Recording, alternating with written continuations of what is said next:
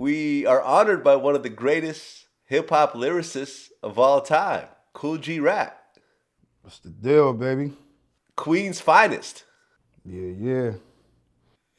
All the Yeah, good man. Well, stuff. listen, we've met. We've done interviews a few times before in the past, but I don't think we really had a chance to tell your full story. So that's what I want to focus on today, Right, right. because you know, Kool G Rap is really the innovator in a lot of aspects in hip hop, and I think that you don't really get the props that you deserve in terms of what you really brought to the game. Right, So right. let's go ahead and start from the very beginning. You grew up in Queens. Grew up in Corona, Queens. Yep. What was Corona Queens like back then? Because we're talking about like the 70s and 80s. Corona, Queens is crazy, man. It was like the one strip that I was more familiarized with because Corona back then it was um it was segregated. You had one side where it was mostly black at, and then you had another side of Corona where it's more Hispanics at. You know what I'm saying? But I mean, both strips was crazy. You know what I'm saying? But as far as the strip that I'm more familiar with, which would be the black strip, of course. You know what I'm saying? I mean, it was like going Corona back then was like very reminiscent of like what you would see in Harlem. You know what I'm saying? You'll see the dudes strung out on dope, leaning, scratching. Um, you'll see all the as far as the fashions and all that. Anything '70s anywhere else is what you're gonna get in Corona Queens. Um, you had the dudes that ran the numbers. You know what I'm saying? The dudes that had the number spots, the after hour clubs. Many of those is going up and down the strip. Um, but at the same time, on a more positive side, a lot of things was owned by black individuals. You know what I mean? It wasn't a whole bunch of like this bodega or this store or little mini shop is owned by maybe the Koreans or the Hispanics or whatever. It was like they owned their whole strip pretty much. You know what I mean? It's like maybe three, four, five cats that pretty much owned the whole strip. The liquor Yeah, store, the laundromat, the tenement buildings. You know what I mean? It was more black owned. right. Like Black Wall Street. Yeah, pretty much exactly, just like that. Yeah, And then over the years, it will become less and less of that. I guess a yeah. lot of those dudes start getting locked up and going to jail. They start losing properties, losing businesses, things of that nature. Okay.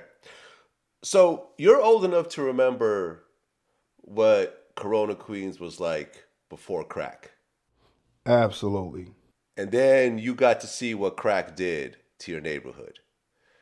pretty And much. this is something that you really talked about in your music, once you started doing it. But from your point of view, how catastrophic was it in Corona, Queens? I mean, it was pretty catastrophic. I mean, it destroyed families. Um, it turned the general stories of it turning chicks out. Certain chicks start turning tricks and all that just to get it. Um, I mean, it heightened the level of gun violence. You know what I mean? And because that fast money and that money in so much of an abundance like that, dudes become treacherous. You know what I'm saying? Like when it comes to territory and things of that nature. You know what I mean? So yeah, it Yeah, definitely it definitely changed the the whole get down. Um, I mean, it didn't change it like it was something going on that wasn't going on, but it changed it until like how much. You know what I mean? It just made everything like to the 10th power. of course. So, as a kid, at what point did you actually start getting into the whole drug game? I was probably like, I mean, 15 when I started out. Started out selling weed, stuff like that. You know what I mean? And dibbing and dabbing. You know what I mean? And then eventually, like by the time I turned 17, 17, I just started going straight to crack. You know what I'm saying? I started selling crack. Okay, because you talked about at one point all your friends started carrying guns. Oh yeah, yeah. The crack era, because the crack era um, put the money in the hands of everybody to go buy those guns. You know, back in the days, you know, like we was young kids running around. You know what I'm saying? It'd be 10 of y'all and one dude to have the gun. You know what I mean? But you know, after the crack era, everybody had the gun, or the vast majority, like at least 5, 6 people out of 10. So a lot of people like to glamorize the drug game in their music, but the reality of it is a lot different. So when you were knee deep in it, what do you think was the hardest thing that you dealt with in terms of what you had to go through? Losing a lot of friends, losing a lot of close homies, um, and just seeing how it destroyed families. Um, it changed some chicks that might have been decent mothers into bringing a baby into the world and pretty much having them in a not such a great situation. You know what I'm saying? Being have to be careful about a grandparent or or ended up going through the system. You know what I mean? Um, I seen a lot of that, and I seen more so a lot of cats around me get clipped. You know what I'm saying? Like a lot start losing a lot of homies, going to a lot of funerals, a lot of wakes, to the point it's like, you know, it gets real tiring. It's um it's a very ugly life, which I know, you know, a lot of cats is not alien to it. You know what I'm saying? But yeah, my personal experience is you know, very ugly. Like at what point did you say, "All right, if I keep staying in this life, I'm going to end up like my friends. I'm going to end up dead or I'm going to end up going to prison." I don't even think I thought like that. At that point, I just thought like if I don't get this paper one way, I'm gonna get it that way. And I didn't really think of.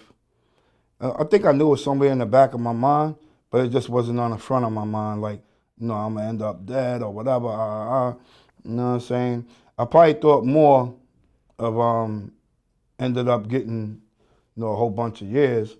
You know what I'm saying? Because I know like if I was to stay in the streets, you know what I mean? Like I'm gonna be all in. You know what I'm saying? I'm gonna go hard. I'm gonna go all in. So I know if I stayed in that direction, it's gonna get me a lot of time. Or and like I said, I did know in the back of my mind, like it's gonna either get me a lot of time or dead. Period. Well, right, because you're at your friend's funeral and you guys are in the same profession. I mean, you have to have it sink in to a certain degree. Even if you're in denial, you're sitting there at this funeral like, yo, I just hung out with them the other day and here I am I looking at him in a mean, box. but Like, you know, and like we're doing the same it's thing. it's not even so much always. It wasn't always just the drugs that got dudes in the predicaments that it got dudes in. You know, dudes was wild cats too. You know what I'm saying? Like for each one that got laid down, they probably laid down like 3, 4, 5, 6. You know what I'm saying? I mean, and some is even more ridiculous than that. You know what I mean? There's certain names that's like, you know, pretty famous in the hood and all that throughout certain hoods in New York and all that. You know what I mean? Right. I mean, was the Supreme team doing its thing in Corona or was that a different part of Queens? That was different part. Yeah, that was more like Baisley and all that Jamaica Queens. You know what I'm Okay, right. saying? Right, right. Yeah, Corona Queens is different cats, but those cats all knew each other. You know, like yeah, the big chiefs in Corona's gonna know the big chiefs in Southside Jamaica Queens and throughout the boroughs.